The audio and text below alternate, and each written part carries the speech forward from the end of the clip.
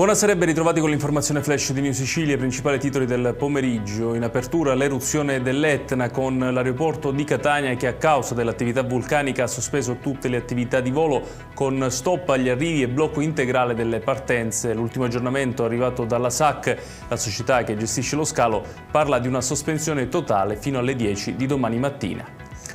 Adesso l'omicidio di Palermo. Francesco Cusumano, 38 anni, accusato di aver ucciso il coinquilino Francesco Spataro in via Sampolo, ha scelto il silenzio davanti al PM. Dopo il delitto si era barricato in casa e minacciando di aprire il gas e far esplodere l'edificio.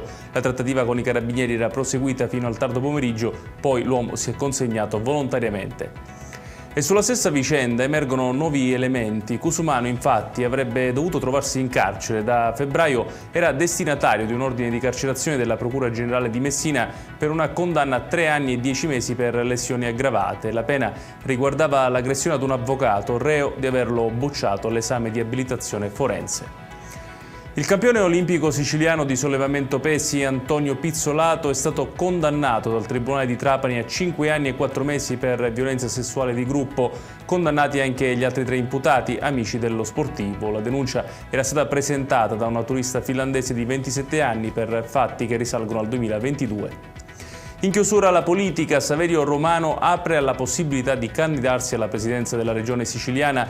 Il coordinatore di Noi Moderati lo ha detto a Palermo durante un convegno sulle rinnovabili. Guidare la propria regione è la più alta delle aspirazioni, ha dichiarato, aggiungendo poi ci sto pensando seriamente. Ed è tutto per questa edizione, tutti i dettagli su queste notizie li trovate come sempre sul nostro sito www.newsicilia.it. Grazie per averci seguito e buon proseguimento di serata.